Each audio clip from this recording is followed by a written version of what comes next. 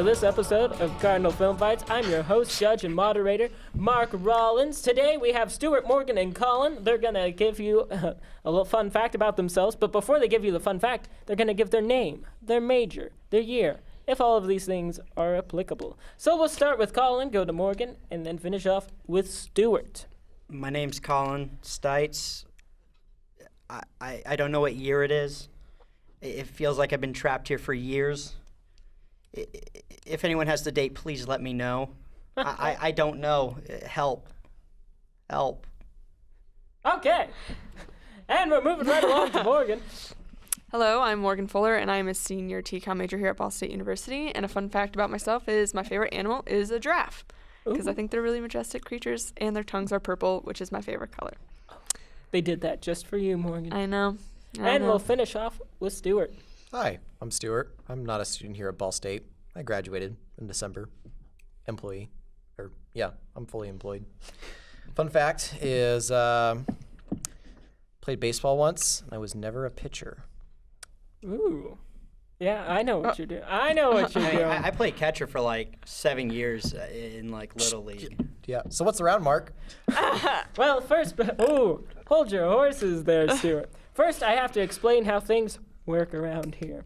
We got your 60-second intro, in which our contestants will introduce what they picked, explain why they picked it. Then we go into the 5-minute forum, where they fight each other with words, like gentlemen or gentlewomen.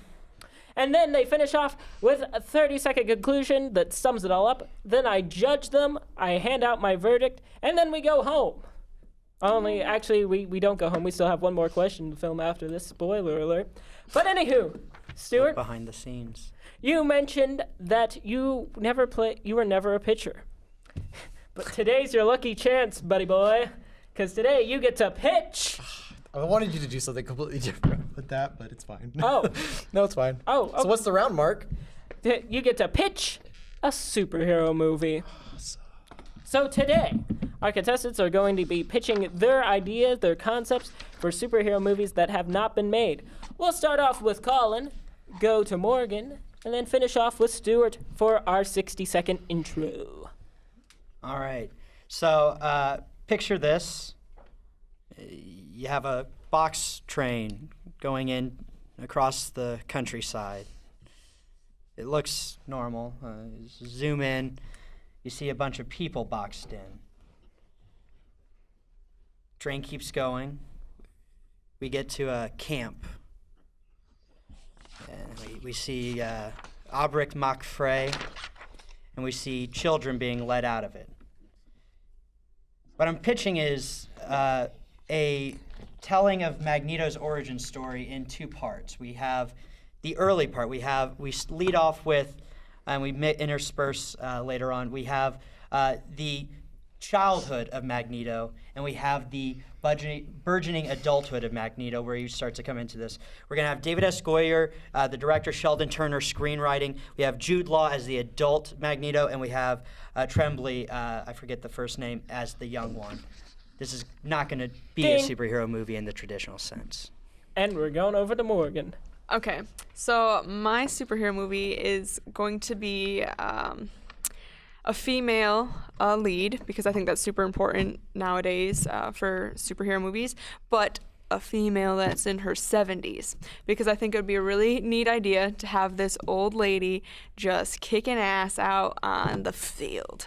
But I think it would be a really neat idea. We could play off the humor a little bit too, which I think is super important in today's films as well, is that, she could use her, frailness, her old lady, stature there, and use it to benefit herself. Like, oh, I'm so sorry, I didn't know I was in the wrong wing. I can't see, I don't have my bifocals on.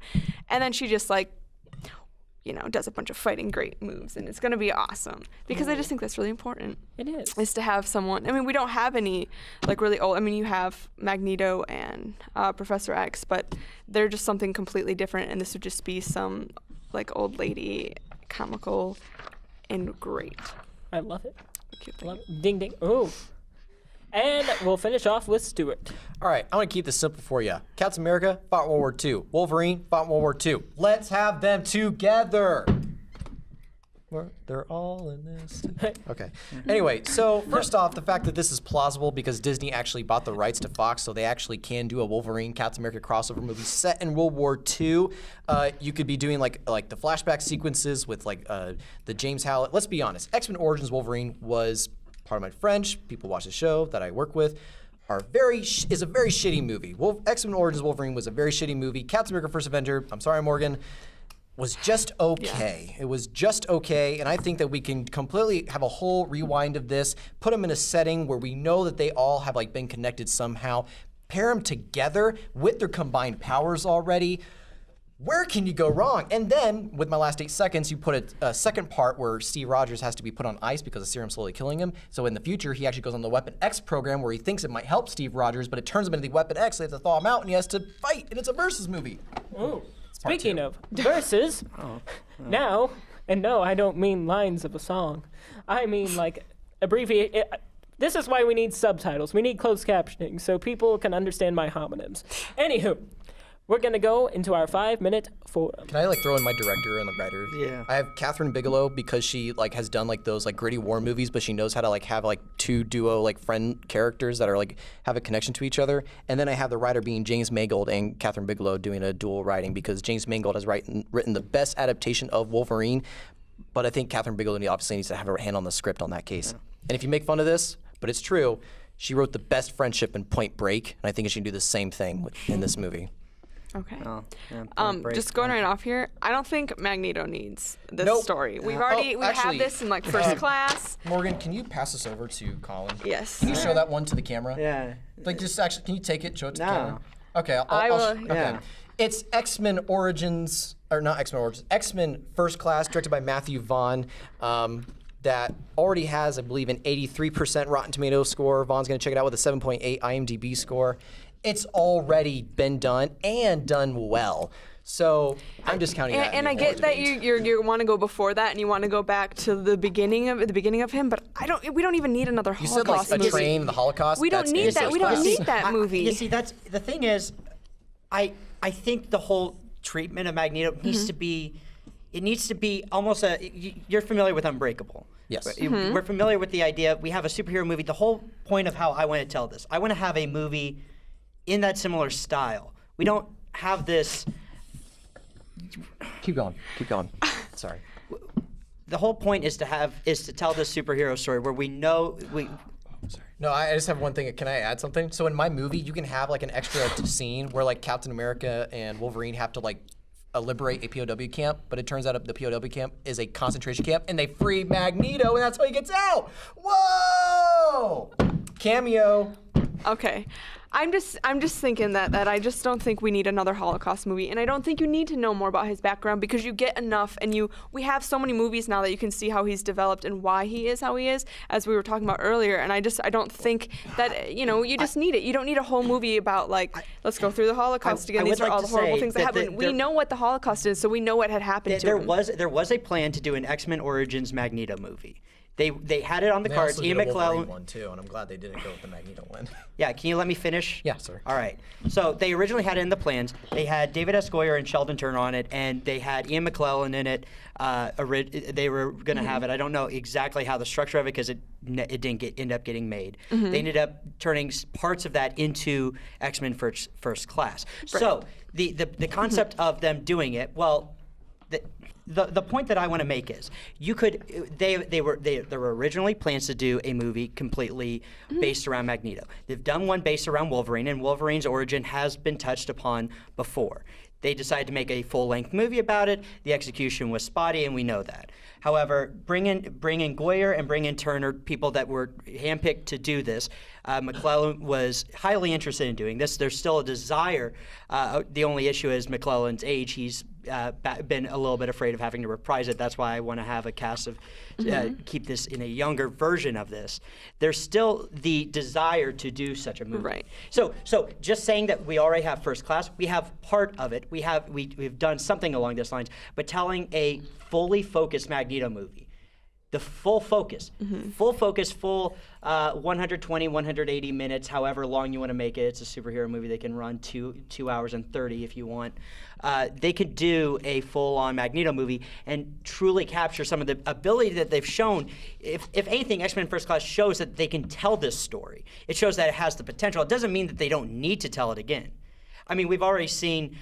We've seen Captain America. We've seen X-Men in World War II, especially in X-Men Origins. The great execution scene where they realize I'm that going to they take can't over because you execute him. hijacked Yes, the we are fight, running out of time. and I just want to say that adding more to the Magneto story would only bring it down. We've seen that more with multiple movies that have tried to make prequels stories to characters. We see that with, like I said, X-Men Origins Wolverine. We see that more with the Star Wars prequels. I'm just gonna say that. And when you add more backstory to it, I think what we have right now, what they added in First Class, was just enough to fulfill what we needed to know about Magneto in terms of the origin part. World War II, Captain America, Wolverine is a no-brainer. They're gonna make it sometime, they really are. Whether that means they're gonna wait till so that they can recast it, because that might be the only reason they're waiting. And then Catherine Bigelow, you gotta take a chance on director. What was the Russo brothers directed an episode of Community before they did Civil War? And Morgan, I was just going to say that for your film right here, I just don't think that we need another Captain America or Wolverine film. I feel like we've had enough of them, and both of the actors have talked about not wanting to do it. I know. Different. Ding, ding, ding. Whatever. Okay, we're gonna do 30 I'll seconds. get to you guys in my 30 seconds. We're gonna do 30-second conclusions. We'll start with Morgan. We'll go Colin and then Stuart. Okay, to continue what I was saying there, I just think they've just been done enough that we don't really kind of need to have a crossover, and I don't think there's really enough time. And Wolverine has been shown not to really work well with people, and he didn't even want to join the X-Men. So why would he want to help out Captain America? There's that point. I think mine would be a really interesting thing that hasn't been done. It's not necessarily strong buff superhero people. It's this strong female character that you can just add so much more characteristics to her, and her husband could just be in the background with floral paint in the background, just telling her what to do on his little tech board. Ding, ding. So cute. Ding, ding. So cute. Go Colin. All right. So, Morgan, I think the issue with yours is that lacking an established character IP is going to hurt you. It's going to be difficult for it to get made, and even if it's done well, that's a very difficult task to have to do a brand new superhero from scratch. I think the concept of a Wolverine, Captain America, I agree with Morgan on her points, plus you're going to have to somehow make it make sense to have to go back into Captain America's backstory and Wolverine's backstory. And my movie has shown potential in what they can do in First Class, and that they've already considered this in the past, and that they could go forward with success. And finish up with Stuart. First point, the question was if you could pitch a movie that didn't have to stick to the canon. So, we're obviously going to be messing up with the canon either or. Secondly, with my movie, again, the fact that it is going to happen, but secondly, putting these characters together would actually benefit each other's origin story when you have these two together in the backstory, the memories. I have Steve actually getting frozen because the serum this is actually a comic book thing, it deteriorates his body, so Wolverine in the 1980s gets tricked into thinking that he's going to be able to help him. This is my part 2, but it turns out it's the Weapon X program, but when he's taken over, the only person who can stop him is Captain America, which is the part 2 of the Versus movie. Okay. Any facts to check Vaughn? Everything checked out. Okay, so it's me.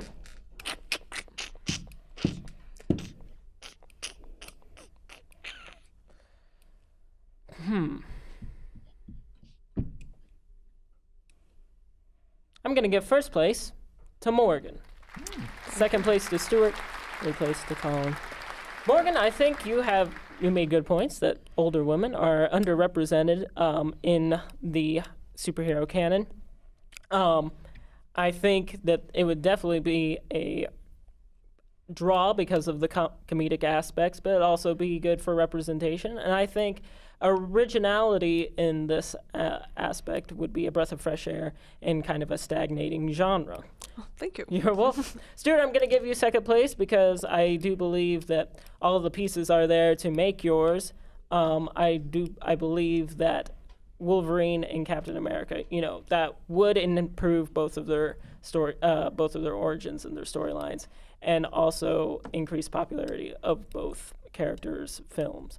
And then Colin, I think you had a very good point that we could further explore Magneto's origin, but I think Stuart and Morgan hit you hard with that. X-Men First Class shows you what you need to know while keeping a superhero movie and not a Holocaust film, which is also a very, what's the word I'm looking for? A very distinct genre of its own, I would like to say, a historical genre. And I think it would be interesting to explore, but I think that it really treads that fine line of like, is it a superhero movie or is it or is it something else entirely? Can I have like a fact-checking thing, like just a quick. So like in terms of like whether it makes sense to put Wolverine and Captain America together, I think Canadian Forces, which is Wolverine was Canadian. That's the right word. Mm-hmm. Actually, like Canada and U.S. had a strong arm into the Normandy invasion. I think so. Could do like separate beaches on separate beaches, but in the same D-Day invasion, could get mixed up in France somehow. So, history lesson right there, getting everything today. First place, Morgan. Second place, Stuart. Third place, Colin. Thank you for tuning in to this episode of Cardinal Film Fights. Remember to like, subscribe, and retweet our tweets for a chance to win a $10 AMC gift card. Thanks for watching. I'm Mark Rollins.